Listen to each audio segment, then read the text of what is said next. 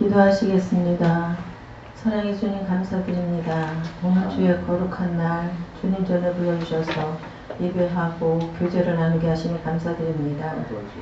예수님의 피로 한 가족이 되게 하셨사오니 오직 주의 사랑으로 하나가 되게 하시고 서로의 허물을 덮을 수 있는 형제 자매가 되게 하옵소서. 주님께서는 사랑하라고 하셨습니다. 하지만 우리 스스로의 힘으로는 아무것도 할 수 없습니다. 성령님 저희들의 마음에 찾아와 주셔서 만져주시고 주님께서 기뻐하시지 않는 것들이 제거되기 원합니다.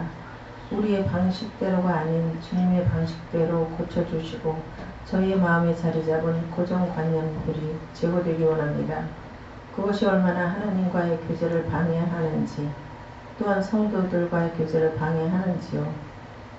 주님 말씀을 통하여 진리 안에서 자유함을 누리게 하옵소서.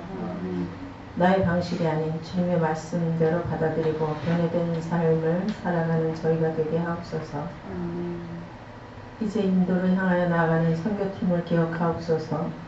주님께서 명령하신 일이기에 나아가는 저들의 오고 가는 길마다 지켜주시고 보호하여 주시고 성령으로 충만케 하사 주님의 마음을 시원케 하는 인도함의 길이 열리게 하옵소서.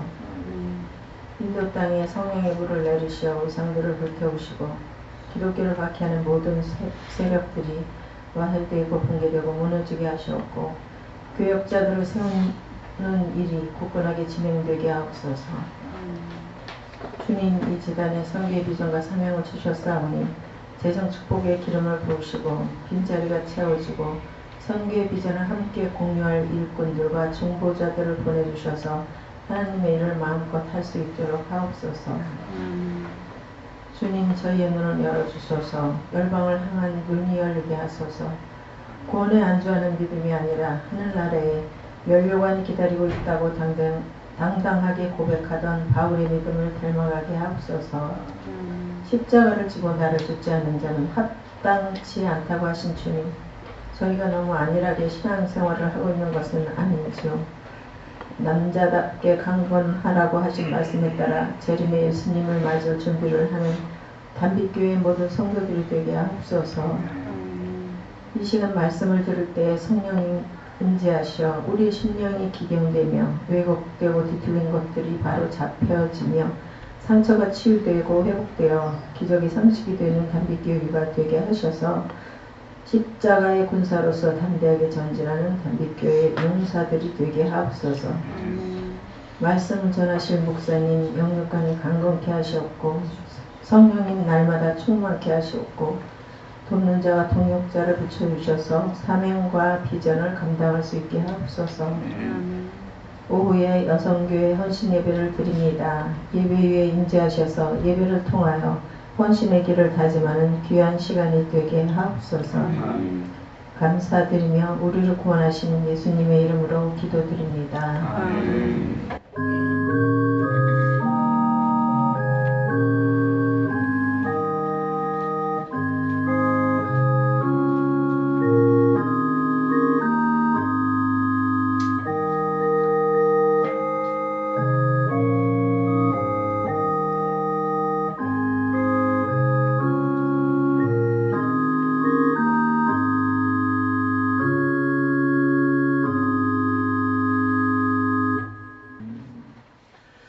우리 하나님 말씀 보십니다. 하나님 말씀은 마태복음입니다. 마태복음 3장 1절로부터 12절까지 말씀입니다. 하나님 말씀은 마태복음 3장 1절로부터 12절까지 말씀, 제 성경에는 신약성경 3페이지가 됩니다. 마태복음 3장 1절로부터 12절까지 말씀을 우리 교독하기 원합니다. 제가 먼저 읽습니다. 그때에 세례 요한이 이르러 유대 광야에서 전파하여 말하되 그때야 천국이 가까이 왔느니라 하시니 그는 선지자 이사야를 통하여 말씀하신 자라. 일러스되 광야에 치는 자의 소리가 있어 이르되 너희는 주의 길을 준비하라. 그가 오실 길을 곧게 하라 하였느니라. 이 요한은 나타탈 옷을 입고 허리에 가죽띠를 띠고 음식은 메뚜기와 석청이었더라. 이때 예루살렘과 온 유대와 요단강 사방에서 다 그에게 나와 자기들의 죄를 자복하고 요단강에서 그에게 세례를 받으니 요한이 많은 바리새인들과 사두개인들이 세례 베푸는 대로 오는 것을 보고 이르되 독사의 자식들아 누가 너희를 가르쳐 임박한 진노를 피하라 하더냐. 그러므로 회개에 합당한 열매를 맺고 속으로 아브라함이 우리 조상이라고 생각하지 말라. 내가 너희에게 이르노니 하나님이 능히 이 돌들로도 아브라함의 자손이 되게 하시리라. 이미 도끼가 나무 뿌리에 놓였으니 좋은 열매를 맺지 아니하는 나무마다 지켜 물에 던져지리라. 나는 너희로 회개하게 하기 위하여 물로 세례를 베풀거니와 내 뒤에 오시는 이는 나보다 능력이 많으시니 나는 그의 신을 들기도 감당하지 못하겠노라.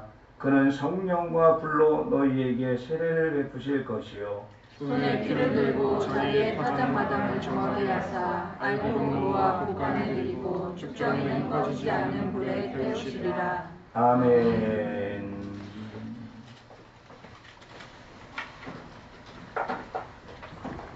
할렐루야. 이렇게 좋은 날 아버지 하나님 앞에 나와 예배하는 귀한 하나님의 자녀들에게 먼저 주님의 신령한 은혜와 놀라운 축복이 함께 하시기를 주님의 이름으로 간절히 축원을 드립니다. 예, 우리 한 번 더 따라 하십니다. 왜 오직 회개인가? 왜 오직 회개인가? 아멘. 이 이스라엘 백성들의 죄로 인하여 이스라엘의 남북 왕국이 멸망했음에도 불구하고 끊임없이 선지자들을 통해서 이스라엘 백성들을 인도하시는 하나님은 말라기 선지자를 끝으로 예수님이 탄생하기까지 400년 동안 전혀 당신의 백성에게 말씀을 안 하시고 침묵을 하셨습니다. 이것을 신학적으로는 신구약 중간기다라고 말을 하죠. 그 결과 이스라엘은 물론이요 이 세상에도 하나님의 음성이 들리지 않았습니다. 또한 하나님의 뜻을 대언하는 선지자도 전혀 등장하지 않았지요. 그러니 하나님의 음성을 듣기를 사모하는 이스라엘 백성들은 얼마나 답답했겠습니까? 특히 400년이란 긴 세월 동안 이스라엘은 그리스의 포갑 정치 안에서 또한 이어서 로마 군합발 아래서 신음하며 마치 이집트에서 노예 생활을 할 때처럼 하나님을 향하여 울부짖었습니다. 그런데도 하나님은 이들을 향하여 긴 침묵으로 일관하시죠.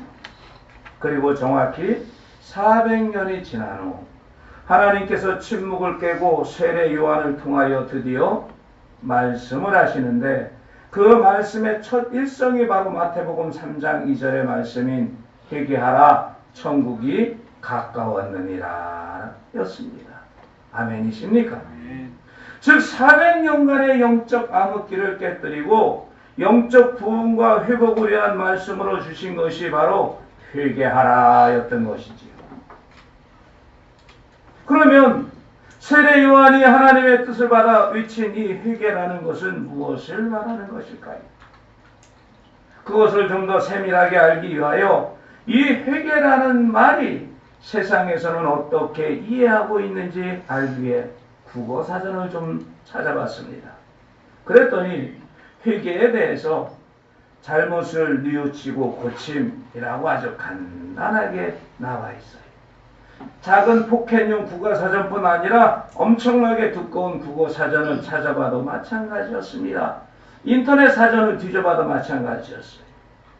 이것을 보면서 제가 개인적으로는 세상에는 회개에 대해서 별로 할 말이 없는 모양인가 보다라고 생각을 했습니다. 사실 세상에서는 회개가 별로 필요 없지 않습니까? 세상 사람들의 회개란 그저 교회 다니는 사람들이나 큰 죄를 져서 감옥에 갇힌 흉악범이나 하는 것이지 대부분은 나와는 상관없는 일이라고 생각하고 있을 것입니다. 왜요? 나만치 그래도 서민적으로 소시민으로서 잘 사는 사람이 없을 거다라고 생각을 하기 때문입니다. 하지만 적어도 기독교에 있어서 회개는 매우 중요할 뿐 아니라 대단히 복잡한 문제이지요. 간단하게 사전에서 이야기하는 잘못을 뉘우치고 고친 정도의 의미가 아니다라는 것입니다. 왜냐하면 이 회개의 문제는 죄의 문제와 함께 우리가 거듭남으려 살펴봐야 하는 가장 중요한 문제 중에 하나이기 때문입니다. 아멘이십니까? 이 회개의 문제와 죄의 문제 중에서 죄의 문제는 다음 시간에 말씀드리기로 하고, 오늘은 먼저 회개의 문제에 대해서 좀 생각을 해보려고 합니다. 여러분, 성경에서 말씀하고 있는 회개에는 크게 세 가지가 있어요. 첫째는 회심입니다. 아마 제자 훈련하신 분들은 대부분 기억하실 겁니다. 이 회심은 뉘우칠 회자와 마음 신자를 사용하여 잘못을 돌이키려는 마음을 말하지요. 즉 어떤 일이 생겼을 때 그것이 잘못되었음을 알고 안타깝게 후회하는 마음입니다. 내가 왜 그렇게 했을까라고 생각하며 눈물을 쏟으며 후회하는 것, 이것이 바로 회심이지요. 우리가 TV를 보면 죄를 저지른 사람들이 그 죄가 밝혀져 잡혔을 때 기자들이 왜 그런 일을 저질렀냐라고 물으면 대부분의 사람들이 눈물을 흘리며 죽을 죄를 지었습니다 라고 말을 합니다. 바로 이러한 모습을 말하는 거예요.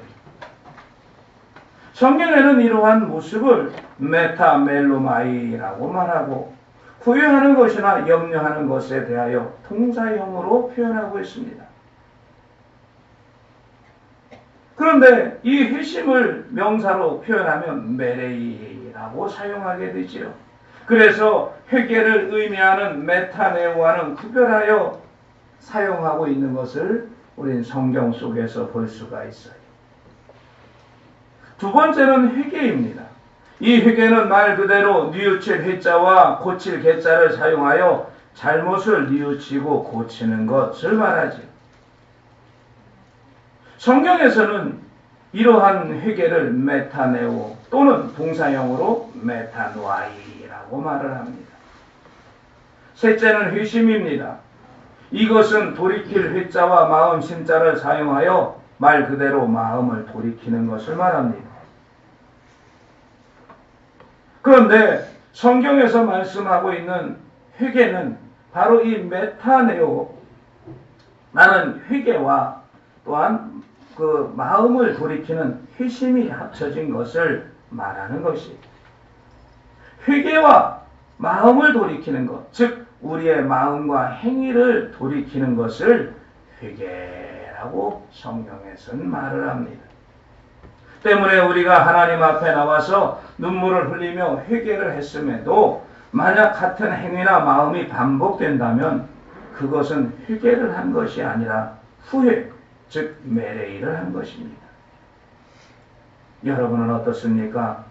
하나님 앞에 성경에서 말씀하고 있는 참된 회개인 바로 이 메타노아이가 있습니까? 오늘 본문에서도 세례 요한이 회개하라 천국이 가까이 왔느니라 라고 외치는 소리를 하자 예루살렘과 온 유대와 요단강 사방에서 많은 자들이 그에게 나와 자기들의 죄를 자복하고 세례를 받았다라고 증거하고 있어요. 그런데 이들과 더불어 종교 지도자들인 바리새인과 제사장들도, 그 바리새인과 제사장들인 사두개인들도 세례 요한 앞에 나오지요. 그런데 그런 그들을 향해 세례 요한은 칭찬하기는커녕 매우 심하게 책망을 합니다. 어떻게 책망합니까? 오늘 본문 7절로부터 9절의 말씀을 우리 함께 읽어보십니다. 독사의 자식들아, 누가 너희를 가르쳐 임박한 진노를 피하라 하더냐? 그러므로 회개에 합당한 열매를 맺고 속으로 아브라함이 우리 조상이라고 생각하지 말라. 내가 너희에게 이르노니 하나님이 이 돌들로도 아브라함의 자손이 되게 하시리라. 아멘. 왜 세례 요한은 회개하러 나오는 이들을 이처럼 심하게 책망을 했을까요? 우리는 성경을 읽으면서 이 세례 요한의 책망을 잘 이해하지 못합니다. 그러나 우리가 참된 회개에 대하여 눈을 뜨면 이들에게는 바로 메타노아이 하려는 마음이 없었음을 알 수가 있습니다. 많은 사람들이 무려 400년 만에 보내진 선지자에게 회개하고 세례를 받으니 자신들도 그것에 동참하지 않으면 자신들이 가지고 있는 종교적 권위가 떨어질 것이라고 그들은 생각했을 것입니다. 아니면 또 어떤 자가 나타나서 어떤 헛소리를 하는가 하고 조사하러 나온 것인지도 모르겠습니다. 그러나 이러한 모습이 이 세례 요한 시대에만 있었습니까? 아니요. 이 시대도 그렇습니다. 제가 아니면 우리가 이 세상에서 대고 세우지 못하는 교회를 향하여 회개하라 라고 선포한다면 어떤 반응이 올까요? 제가 웨슬리를 공부하고 있는데 공부하는 중에 이런 이야기가 한번 나온 적이 있습니다. 저희를 가리키는 강사님이 우리가 이렇게 웨슬리 공부를 하고 있으니 이 연회 아니서만이라도 메소디스트 운동을 시작하면 어떨까요? 라는, 즉 신앙 공동체, 메소디스트 신앙 공동체 운동을 하면 어떻겠느냐라고 제안을 했었습니다. 그런데 이 말이 떨어지자마자 어떤 목사님이 그나마 이렇게 추위와 더위 피해서 공부할 수 있는 장소마저 빼앗기고 싶지 않으면 해도 되지요 라고 대답을 해서 웃은 적이 있어요. 왜냐하면 메소디스트 운동을 하자는 것은 제일 먼저 감리교의 감독 제도를 없애자는 말과 같은 것이니까 말입니다. 메소디스트 운동에는 이 감독 제도가 없어요. 웨슬리가 했던 메소디스트의 운동은 감독 제도가 없고 평신도 사역자 운동이었습니다. 지금도 영국 감리교회는 평신도 설교자를 세웁니다.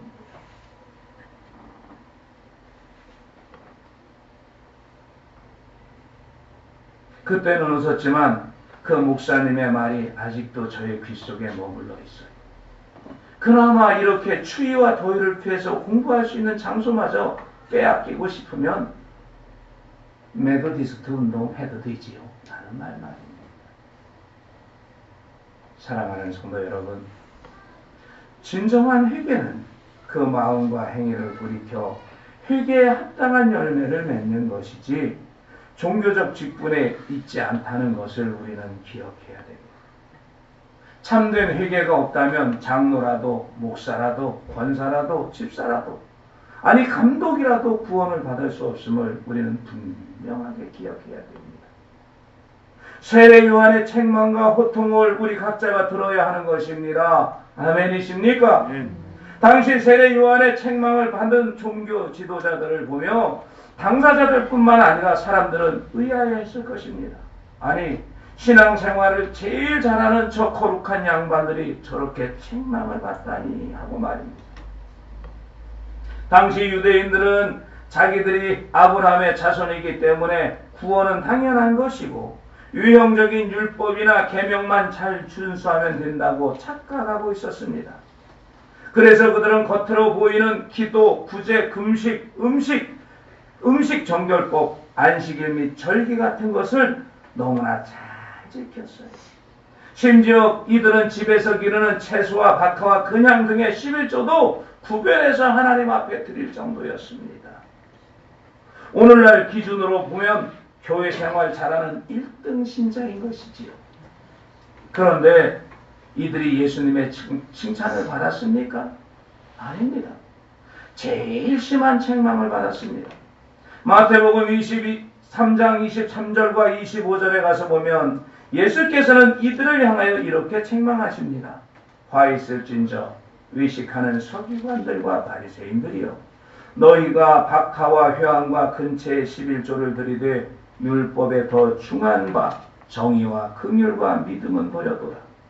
그러나 이것을 행하고 저것도 버리지 말아야 할지니라. 화 있을진저 외식하는 서기관들과 바리새인들이여, 잔과 대접의 것은 깨끗하되 그 안에는 탐욕과 방탕으로 가득하게 하는도다. 주님이 보시기에 이들은 겉으로 보이는 행위는 잘했는데 그 속의 중심은 엉망이었던 것입니다. 세례 요한도 바로 이러한 점을 지적한 것이지요. 아무리 그들이 아브라함의 자손이고 겉으로 보이는 율법의 행위를 잘 지켜도 진정한 회개에 이르러 합당한 열매를 맺지 못하면 심판을 면하지 못한다라고 말입니다. 벌써 몇 년 됐습니다. 얼마 전에 최준실 씨가 서울의 몇몇 유명한 교회 다니며 감사 헌금을 했다고 해서 기독교 신앙인이라면서 변호하려는 사람들이 있었어요.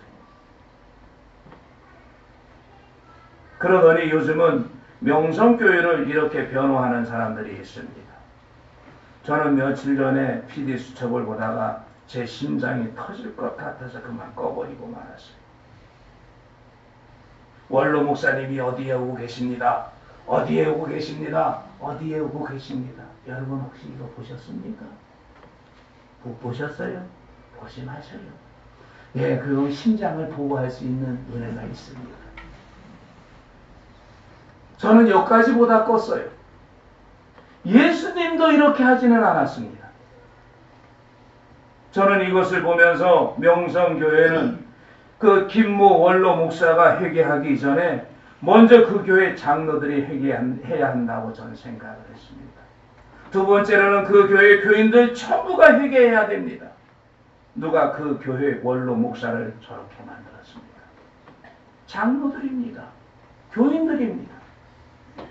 이 양반도 젊었을 때 얼마나 설교를 못했는지 그것 때문에 교회에서 쫓겨난 경력이 있어요. 그래서 명성교회로 간 겁니다. 설교 못해 쫓겨나서.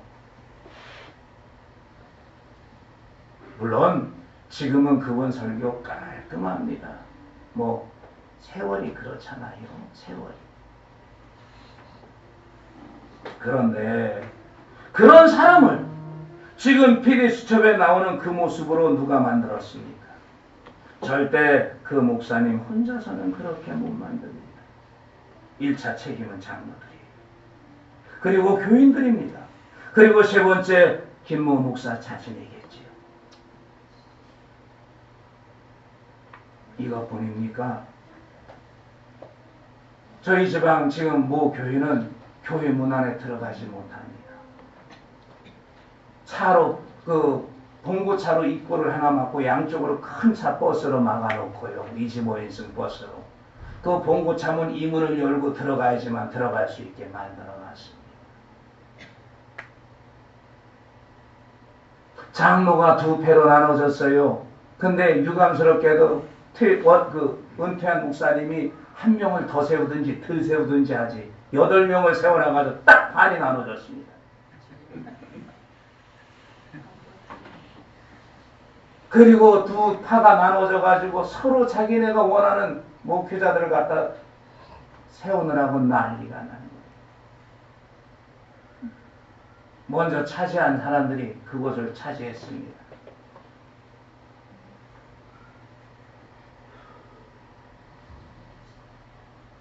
어느 교회라고 말씀은 안 드리겠습니다. 부끄러우세요. 간리교입니다.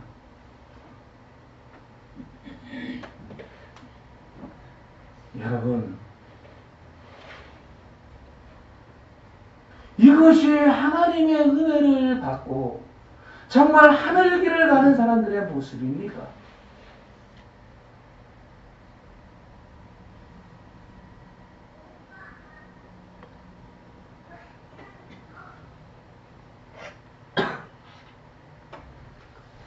또 몇 달 전에 연휴가 끝나고 제가 알고 있는 목사님이 한 분이 저에게 지나가면서 들렸어요. 은퇴를 했습니다. 그냥 계좌에 10만 원만 보내드렸어요. 많이도 못했습니다. 가진 못하고. 제가 그때 굉장히 어려웠었기 때문에 그 환경이 가지 못하고 그냥 했더니 그래도 또 그거 고맙다고 밥 한번 산다고 오신 거예요.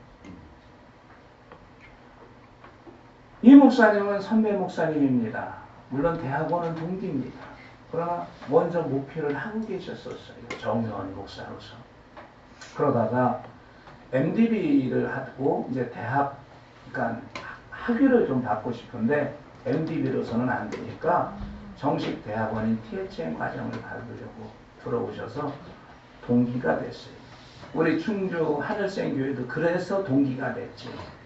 동기 목사님이었습니다. 근데 그분보다는 연배가 좀 많으셔요. 근데 이분이 정말 젊어서 개척을 했습니다. 그리고 몇 군데를 다녔지만 평생을 그 교회를 위해서 헌신을 했어요. 어려울 때 아이들 돌반지부터 결혼 반지까지도, 그리고 사모님이 나가서 정말 호떡을 구워 팔면서 교회를 성장시키는데 온 힘을 다 기울였어요. 그래도 어려운 가운데서 건축하고 한 6, 70명 정도 모이는 교회로 성장을 했어요.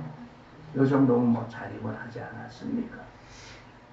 그런데 그 과정에서 서울이 지나서 지난 연회 때 은퇴를 하게 되었습니다. 이때 이 교회 장로 2명이 교회가 아직 건축빚이 남아있어서 목사님 은퇴 준비를 할 수 없다라고 선언해버리고 난 거예요. 그리고 그들이 하는 말이 교회가 성도들이 힘들게 한 헌금으로 세워졌다라고 말을 하더라는 것입니다. 그런데 이 목사님이 말로는 교회가 그렇게 힘들게 성도들이 헌금으로 세워진 것 맞다는 거예요.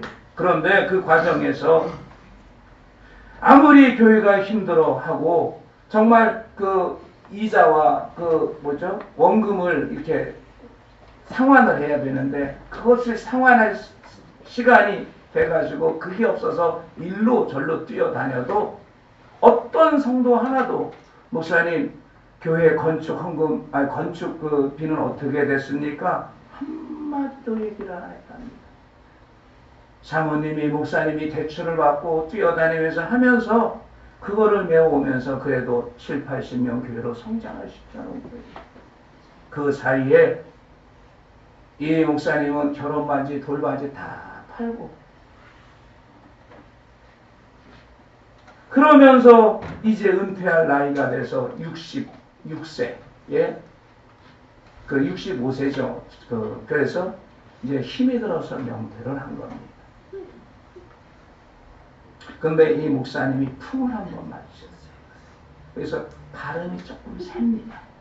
그러니까 성도들이 그렇게 탐탁지 않게 생각을 하셔서 일찍 연금을 이제 받을 때가 되니까 딱 연금 나오는 연수가 되니까 은퇴를 결정하신 거예요.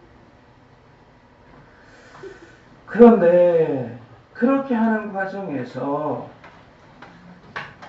목사가 어떻게 사는지, 아이들이 어떻게 학교를 다니고 있는지, 건축비 상황은 어떻게 하는지 아무도 그것을 관심 갖지 않았다는 거예요. 물론 그들도 삶이 어려운 것을 자신도 잘 안답니다. 그래도 그들은 어렵다고 하면서 자녀들은 학원 다 보냈다는 거예요. 와서 이런 얘기를 합니다.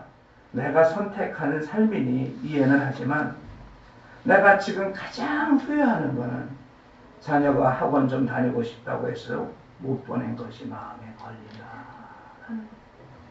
그분의 아들이 사실은 조금 옆길로 나갔어요. 그러다가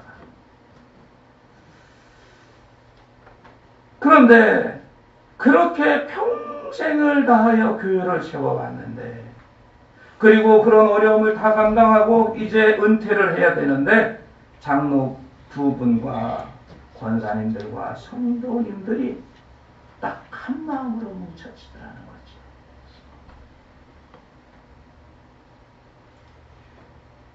물론 그들을 이해하지 못하는 것은 아니지만 그러나 사모님하고 이제부터 교단에서 나오는 응급금 72만 원 가지고 살아가야 된다는 거예요. 그것이 걱정이 된다는 겁니다.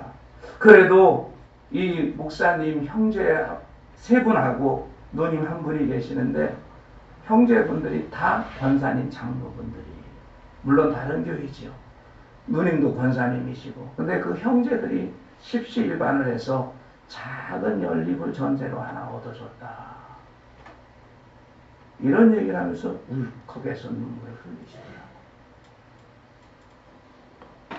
여러분, 이렇게 하고 나서 그곳에서 예배를 한다고 해서, 그곳에서 기도를 한다고 해서 정말 그곳에 하나님의 나라가 임하겠습니까?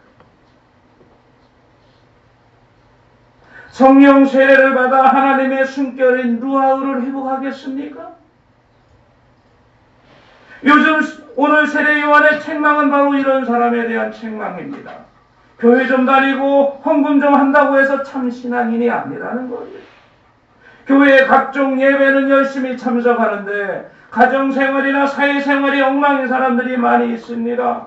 이런 사람들은 교회가 마치 악행의 면죄부를 주는 것으로 착각하는 사람들입니다.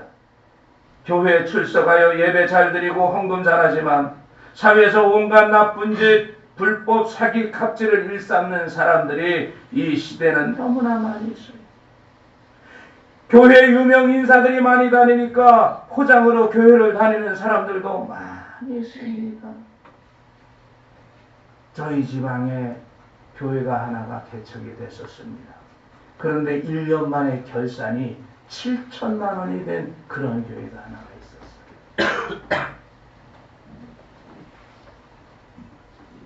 그런데 그 교회 그 목사님, 전도사죠. 전도사님 아버님이 춘천시 의원이셨습니다. 국회의원. 뭐 이름은 뭐라고 말씀 안 드려도 대충 아실 겁니다. 그런데 그분이 그 교회원에서 떨어졌어요. 그랬더니 당장 그 교회가 어려움에 처하고 말았습니다. 결국 지금 그 교회는 문을 닫았습니다.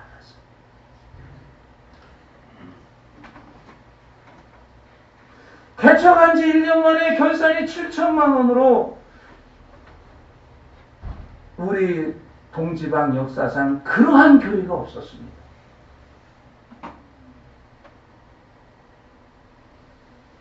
그런데 그 목사님의 아버님이 국회의원에서 떨어지자마자 2년 만에 교회 문을 닫고 말았습니다. 그럼 그곳에서 결산을 7천만 원씩 만들던 그 성도는 다 어디 갔단 말입니까?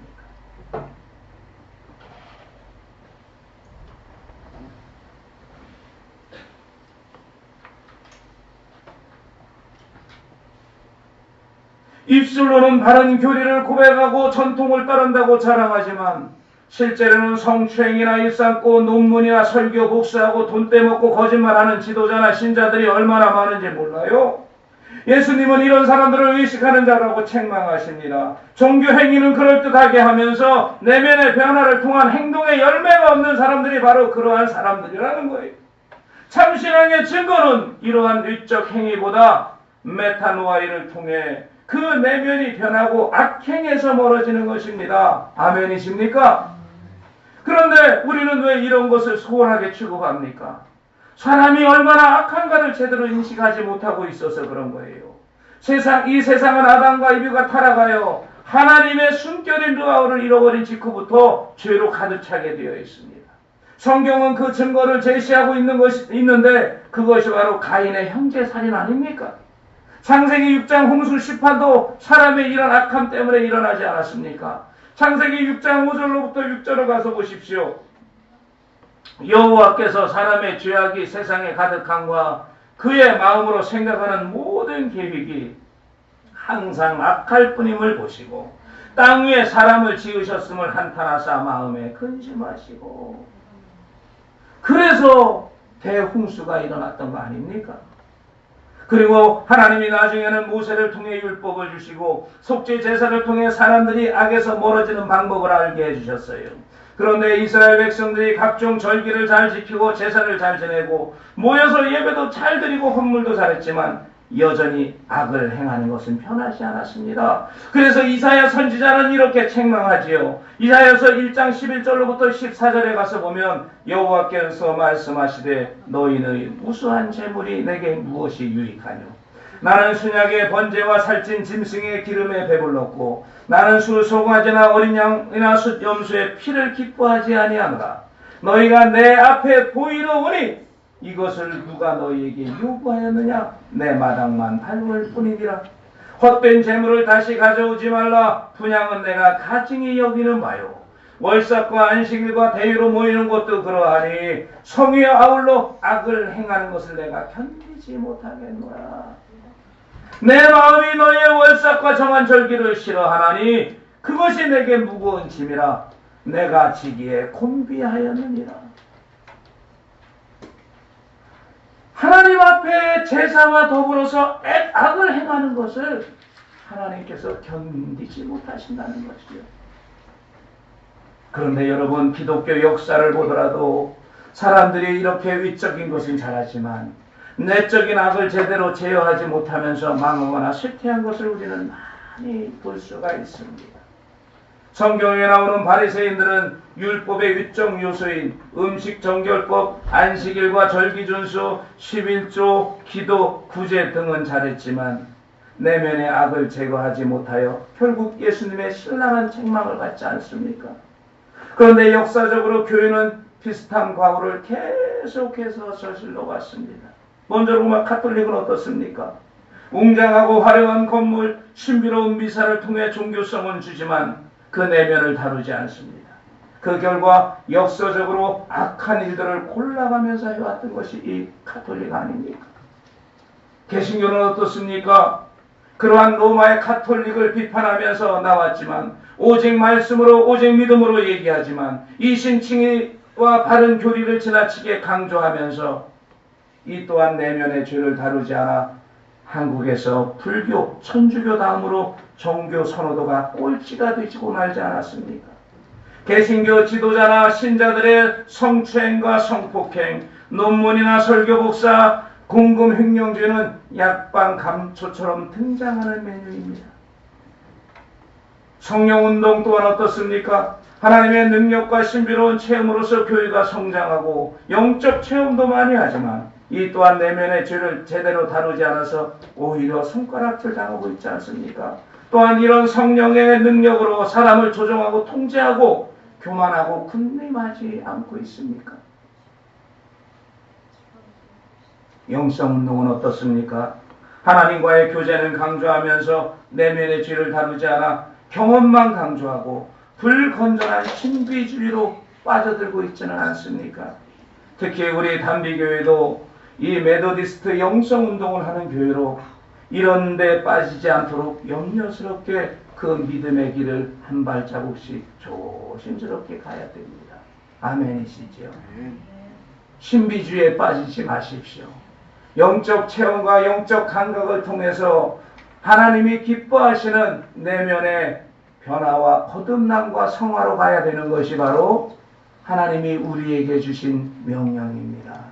아멘이십니까? 그저 누구가 치유됐다고 만족하지 마십시오. 그거보다 더 중요한 것이 있습니다. 하나님이 기뻐하시는 사람으로 세워지는 겁니다. 완전의 그리스도의 완전한 분량을 따라서 우리의 믿음의 길을 가야 되는 것입니다. 내면의 성령의 증거와 더불어 성령의 열매를 맺어가는 삶이 있어야 비로소 올바른 영성운동을 하는 것입니다. 이러한 영성운동이 우리 교회에서 있기를 주님의 이름으로 축복합니다. 그런데 이렇게 된 이유가 무엇입니까? 내면의 정화보다는 외적인 것을 중시하는 것이 편해서 그렇습니다. 이러한 죄들이 습관화되면 그 안에 놓치기 아까운 즐거움이 있습니다. 그렇기 때문에 종교가 껍데기 종교, 좀 유식한 말로 하면 표층 종교로 빠져버리고 말아요. 표층 종교는 눈에 보이고 손에 잡히는 것, 수단이나 방법을 강조합니다. 그러나 심층 종교는 내면의 정화, 동기의 순수함을 강조하지요. 사랑하는 여러분, 여러분의 믿음은 어디에 있습니까? 내면의 정화와 순수함을 지향하는 참된 신앙입니까? 아니면 그저 오늘도 주일이 되었으니 예배를 참석하는 형식주의에 빠져 있습니다. 사무엘상 16장 7절에서 하나님은 내가 보는 것은 사람과 같지 아니하니 사람은 의모를 보거니와 나 여호와는 중심을 보느니라고 분명하게 말씀합니다. 사실 한국과 한국교회는 해방 이후 70년 동안 엄청나게 빨리 달려왔습니다. 그 결과 어렵다, 죽겠다, 살겠다 하지만 경제 대국으로 성장했지요. 그러나 그 과정에서 우리는 내면의 문제를 다루지 못했습니다. 학교에서도 그저 성공만 가르쳤습니다. 인격은 중요하지 않습니다. 그 결과 학교가 황폐화되고 말았습니다. 학교 폭력은 일상화되었고 선생님들이 오히려 아이들을 무서워하는 시대가 된 것이 그 대표적인 예예요. 어젠가요? 그제인가요? 중앙일보 봤더니 초등학교에 명상을 도입을 했다라는 얘기가 나와요. 이제 인간의 내면이 보이기 시작한 겁니다. 그런데 놀랍게도 그렇게 명상을 도입하고 났더니 학교 내 폭력이 확 떨어지더라는 거예요. 그래서 서울시 교육청에서는 이거를 전 학교로 뭐라 그럴까 확대하는 어떤 계획을 할까 말까 한다라고 얘기가 나오더라고요.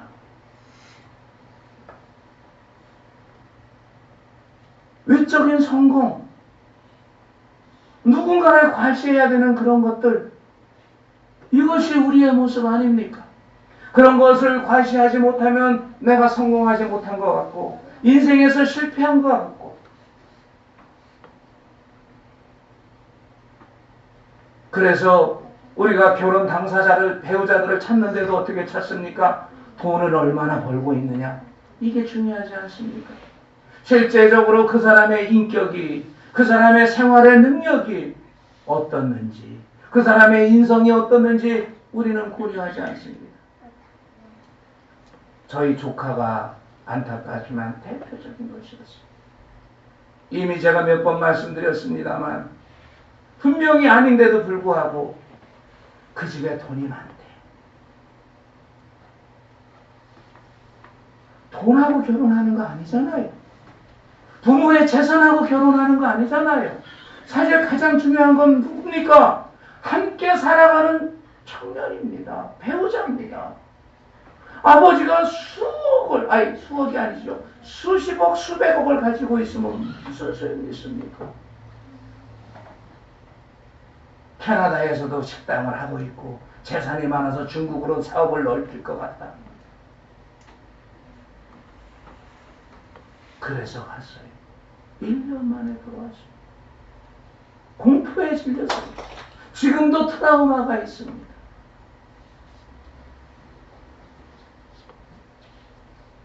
성공을 따라가는 인생의 대표적인 얘기예요. 그러면 세상만 이렇습니까? 아닙니다. 교회는 어떻습니까? 거듭남과 성화는 없이 그저 교회 사람만 가득 차 대형 교회가 되면 성공한 목사, 성공한 목회가 됩니다. 그리고 그러한 교회의 집사는 작은 교회 권사보다도 더 대우를 받더라고요. 누가 그렇게 대우해 주는지 모르겠습니다. 그래서 우리 교회 집사는 작은 교회 권사들보다 나아라고 얘기합니다. 그리고 그 안에서 오직 성공과 축복만 외쳐지지 참된 회개운동이 일어나지 않아요. 그 결과가 여러분 명심합니다. 이러한 일들이 하루가 멀다 하고 여러분 일어나고 있지 않습니다. 이러한 시대를 향하여 주님은 마태복음 23장 26절을 통하여 말씀합니다. 눈먼 바리새인이여, 너는 먼저 안을 깨끗이 하라. 그리하면 겉도 깨끗하리라. 아멘이십니까? 사랑하는 여러분, 지금 우리의 모습은 어떻습니까?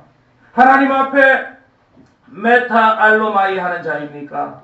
아니면 메타노아이 하는 자입니까?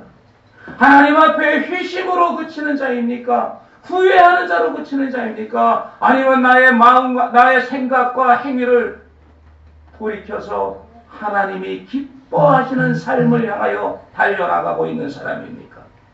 베드로 사도는 사도행전 2장 38절에서 이렇게 말합니다. 너희가 회개하여 각각 예수 그리스도의 이름으로 세례를 받고 죄사함을 받으라. 그리하면 성령의 선물을 받으리니.